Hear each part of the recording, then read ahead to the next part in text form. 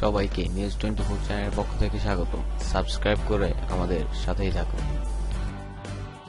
মার্কিন রণতরীর বহর উত্তর কোরিয়ার দিকে যাত্রা না করে তাদের বিপরীত অভিমুখে রওনা হয়েছে। গত 8 এপ্রিল মার্কিন নৌবাহিনী দাবি করেছিল কার্ল ভিনসন স্ট্রাইক গ্রুপ নামে ওই রণতরীর বহর নিরাপত্তাজনিত কারণে উত্তর কোরিয়া উপদ্বীপে পাঠানো হয়েছিল। বিবিসির খবরে বলা হয়, গত সপ্তাহে প্রেসিডেন্ট ট্রাম্প জানান রণতরীর বহর ইতিমধ্যে পাঠানো হয়েছে, কিন্তু সপ্তাহ শেষে দেখা যায় এটি উত্তর কোরিয়া থেকে যথেষ্ট দূরে সরে গেছে।